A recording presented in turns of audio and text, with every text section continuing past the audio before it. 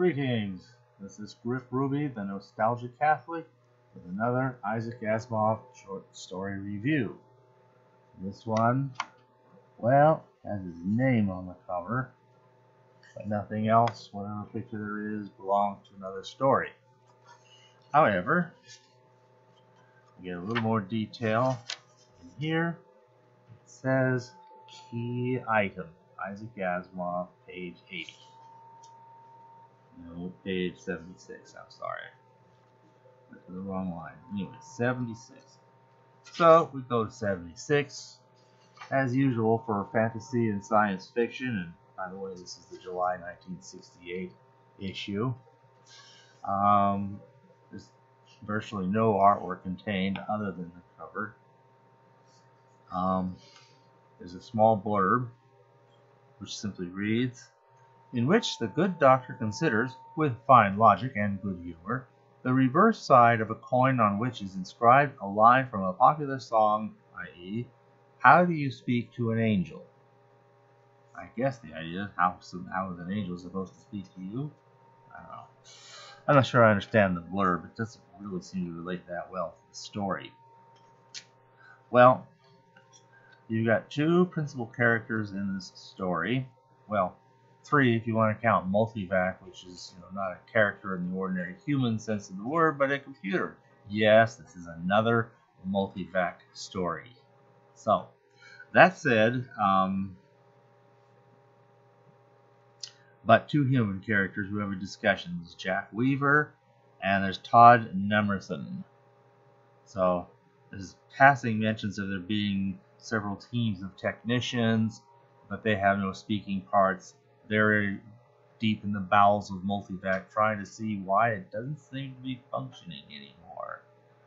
Meanwhile, these two fellas are really trying to discuss among themselves, why is Multivac not working anymore? And it's pretty much the same story. Now, I want to talk a little bit about differences in this thing. The story got re-released. That's the July 1968 fantasy and science fiction where it first saw the light of day. Its second saw the light of day in the spring 1972 Saturday Evening Post. So, there it is.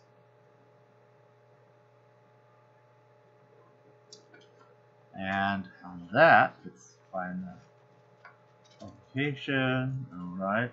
Under here, it has a different title. However, it is The Computer That Went on Strike, Isaac Asimov, page 74.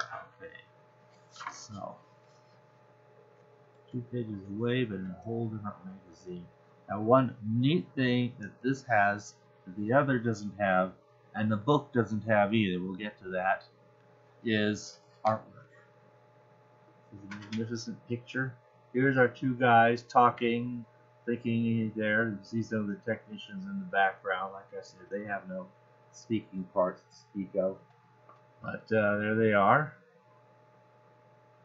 On a computer. Well, there's an awful lot more Multivac than what you can see in that picture, unfortunately. But there's a little blurb that says, could we tell if Multivac had passed the thin dividing line that separates a computer from a human brain? Is there a dividing line for that matter? Now, illustrated by Sam Bates, by the way. That's who made this lovely picture. As it turns out, the text in the Saturday Evening Post is, so far as I've been able to tell, absolutely identical to the text as found in fantasy and science fiction. Both of those, however, are quite discernibly different from the text as contained and gathered into By Jupiter, where the story is also collected, again, as key item. So,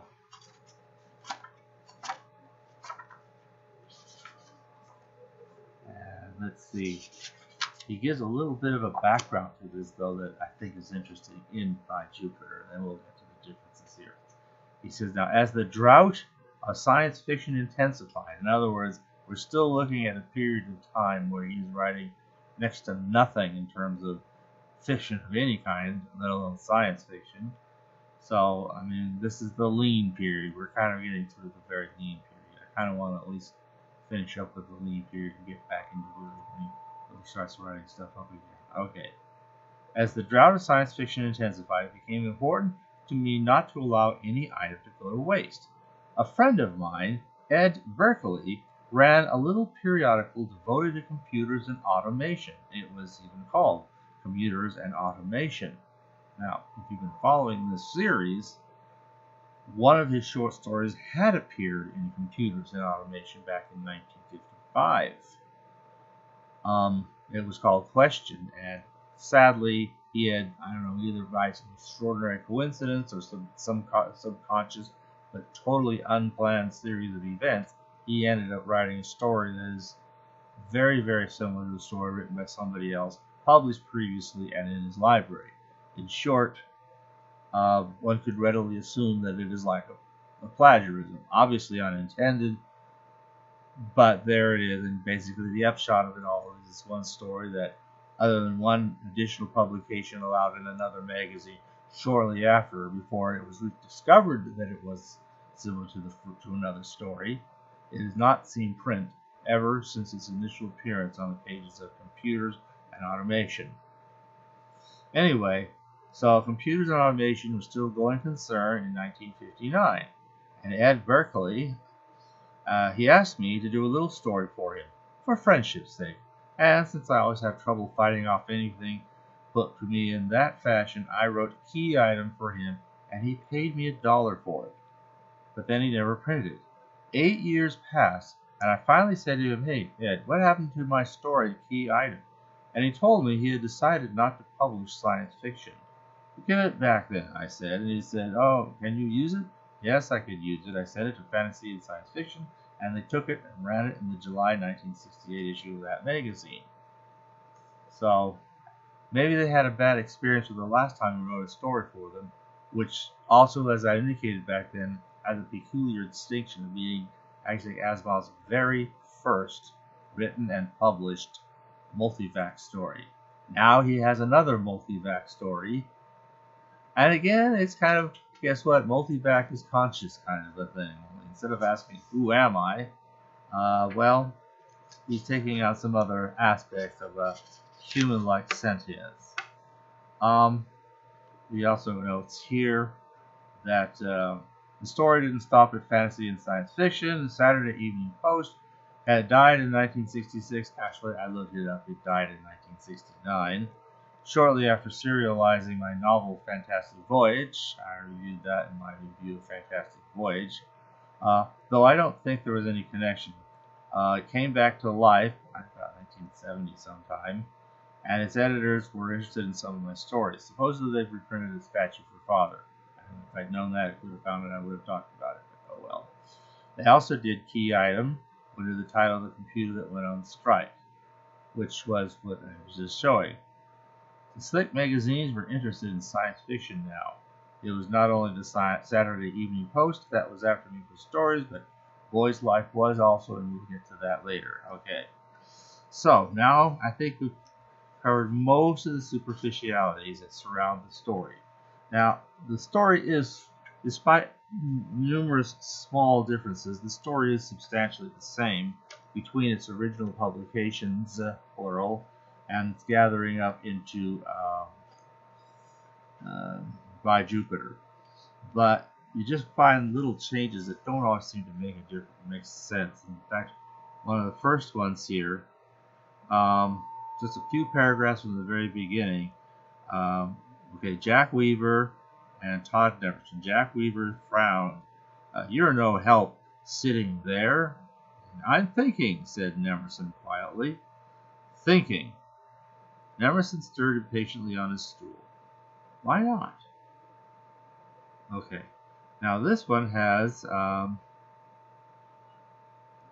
"You're no help sitting there." Nothing more about him having frowned since he said that. "I'm thinking." "Thinking." Weaver showed a canine at one side of his mouth.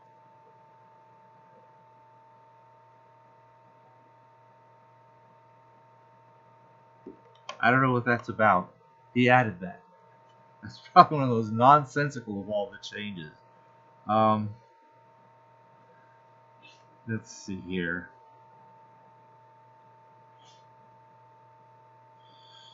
And you get another one, a few more paragraphs down. I'm still basically on the first page. Well, getting to the second page as in the magazine here.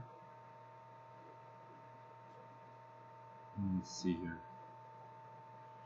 Well, here's one. Originally, he's, look, Jack, there isn't a computer scientist in 100 years who hasn't devoted himself to making Multivac more complex. That's changed it. Look, Jack, there isn't a computer bigwig in 100 years who hasn't devoted himself to making Multivac more complicated. From computer, was that scientist, reasonable, to computer bigwig? I don't know. And it's just a lot of little things like that, unfortunately. It's like if I had to keep tabs on all of them, it's like about every 3 or 4 paragraphs there's at least some difference. And most of them are just as pointless as those.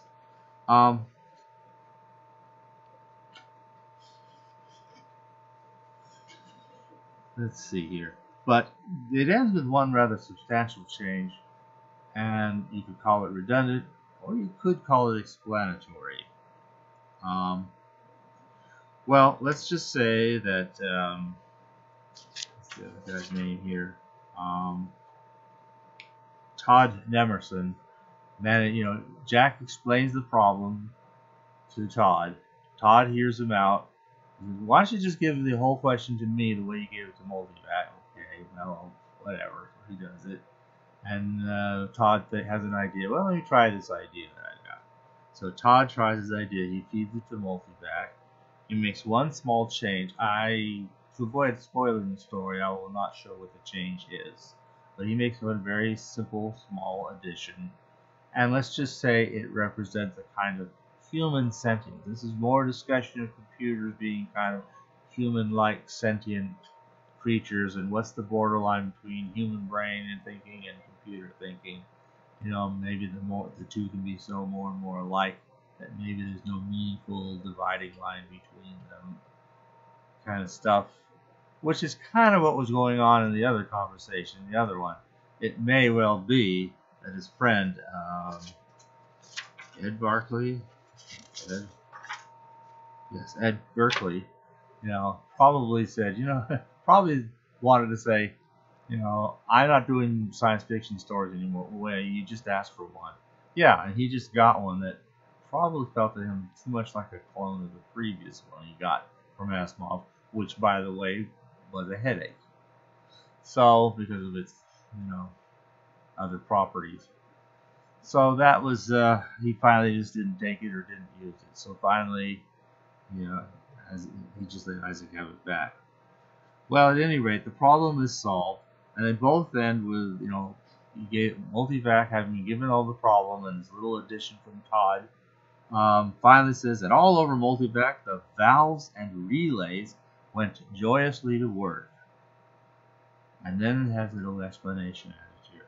After all, a machine has feelings when it isn't a machine anymore. So you can see there's a lot of similarities once again, but at least it's enough different of a story. It's not a plagiarism. It's a true Asimov original. That's a good thing, at least. Okay, and that's the story. It's just a short, and there's really not much else to say about it. Like I said, there's a lot of little textual differences all the way through, and most of them just kind of have you scratching your head. A couple of them might be a better economy of expression or something, but others, like the one where he shows his canine, was just like, what? So, anyway, there it is, and thanks for listening.